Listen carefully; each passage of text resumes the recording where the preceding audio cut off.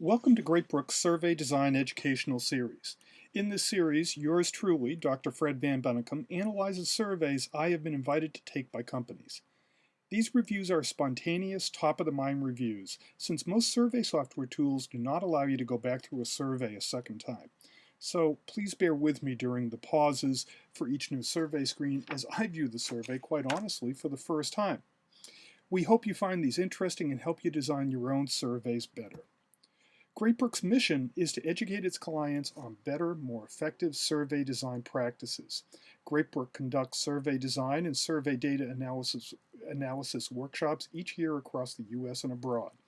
In our survey design workshop, we review surveys attendees bring to the class, providing an immediate deliverable similar to the reviews that I'm doing here. On screen, you see the schedule as of this recording in February 2013 of our workshops, but you can find a current schedule at greatbrook.com and follow the links to our events page. You'll also find descriptions of the workshops and to my book, Customer Survey. On to the survey. This was a survey I was asked to take by Comcast Xfinity. I just had a chat session with an employee, so they provided me with a way to get to this screen where it said take our survey. And our first screen gives a little bit of stuff up above. We appreciate your feedback, couple of minutes. That's okay, it's very brief, to the point, and they have thanked me. What was your reason for your chat today? I'm a little surprised that they don't know what it is, but clearly there's not a level of integration that would have been useful. I was trying to find out what it costs to call Canada, given that I have Comcast Digital Voice, and I'm not sure which one this applies to. Is it billing or technical? It's one of those. I'm going to call it technical, but this shows one of the problems with a survey that is designed in a very general fashion without actually looking at the reason for the interaction. It's not clear to me which one is appropriate. Actually, I'm going to call it billing. You can see that I'm vacillating here. Making a payment, previous unresolved, that's not it. So I'll try technical here. All right, so now that I've clicked on technical, it's given me some other options. You'll see for each one of these, if I check it, they give me a checklist, and this is good. So they're giving you an opportunity to go across the different topical areas before you commit to one of them. So I'm going to say it's technical with voice and phone, although it's really a billing issue with voice or phone. But if I go to billing, it doesn't really have something that says, tell me what my service covers, which is what I really want to know. So I'm going to click on that. Did you resolve your issue or question on this chat? And they did. They got me the information I wanted, so I can check that. I suspect if I clicked on some of these others, it might branch to something else. You'll notice that they have some JavaScripting probably going on here, so the survey is building as I click on a branch. Did the representative tell you about the customer guarantee? No, he did not. This was on a chat session. Maybe they're not required. Overall, how satisfied with the service provided by customer care and technical support? They answered my question. So is that highly satisfied or satisfied? That's one of these issues that you can argue with. It was certainly perfectly acceptable. To me, that's satisfied. I wouldn't say highly satisfied, but it's not like that's a negative statement, although a lot of people would take satisfied as a negative statement.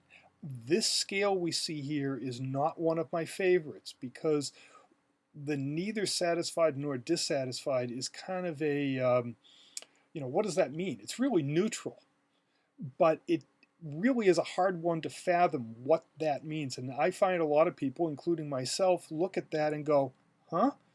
What does that exactly mean? And part of the problem is that satisfaction and dissatisfaction actually overlap.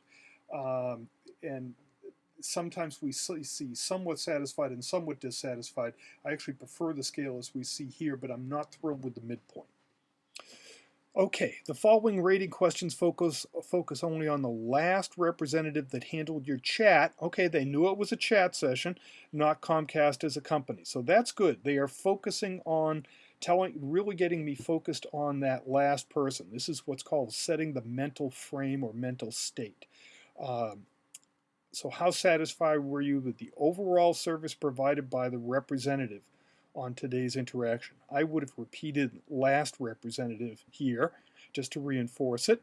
Um, and he was fine. I'll be a little bit namby-pamby here and give him highly satisfied. Please rate the attributes of the rep you chatted with. Interesting phrasing there. Ability to quickly understand my issue. I'm going to say satisfied. There were a couple of little things that I had to repeat. The care they demonstrated.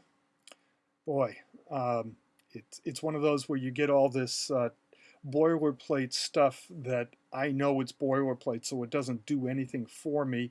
It's nice, but it doesn't make me really think that they're truly displaying empathy. So I'm just going to say satisfied. I know it makes me sound like a cynic, but I've been in this world too long. Their ability to clearly explain the situation or solution. Yes, they did a good job. I had a problem where I use Safari as my default browser, and the Comcast website has compatibility issues with Safari, which surprised me. Courteousness they demonstrated, fine. Knowledge of Comcast products and services, seemed to know for the question I asked. I got the answer. And by the way, I'm sort of biasing towards highly satisfied because there is a known thing that human beings tend not to want to say bad things about other human beings unless they have really good cause. You know, the agent was good. I don't want to get the agent in trouble, and who knows, a satisfied response might actually be a negative for that rep. This is a known effect and something that we have to look for as we're designing surveys that measure the actions of our service representatives. Okay, the final one, reducing customer effort is a goal. How much effort did you put forth in this this service interaction? This is the customer effort score, something I've written about many times being applied here. I'm not a big fan of the customer effort score because it's gotten ballyhooed for being indicative of customer loyalty that is simply not justified by the research behind it. You can find articles on that on my website, greatbrook.com. Look at the search function and do a search on customer effort score or CES, and you'll see my comments about it. The effort I had to do, put forth how much effort. I'm going to say moderate. I'm not a big fan of chat, but I did it anyways. And is there anything else? I'll just say fix, if I can type here, fix Safari compatibility issues.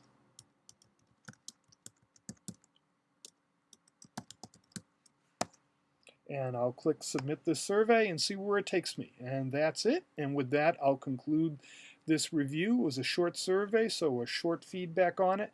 The real question we have to ask is, did I really get a chance to tell them everything I wanted to tell them or felt I needed to tell them about my interaction with Comcast? And in this case, I would say yes. But that's something, as we're designing surveys, we should always be asking ourselves, is am I giving the respondent the opportunity to voice what they want to voice? Or are my questions just focused on a narrow part and I'm not giving them a chance to say all they had to say? So that's something we should all do at the end of our surveys, so I suggest you do that as you design your surveys, even short, or arguably, especially for short transactional surveys such as this. Thank you for your time. I hope you enjoyed this. Bye-bye.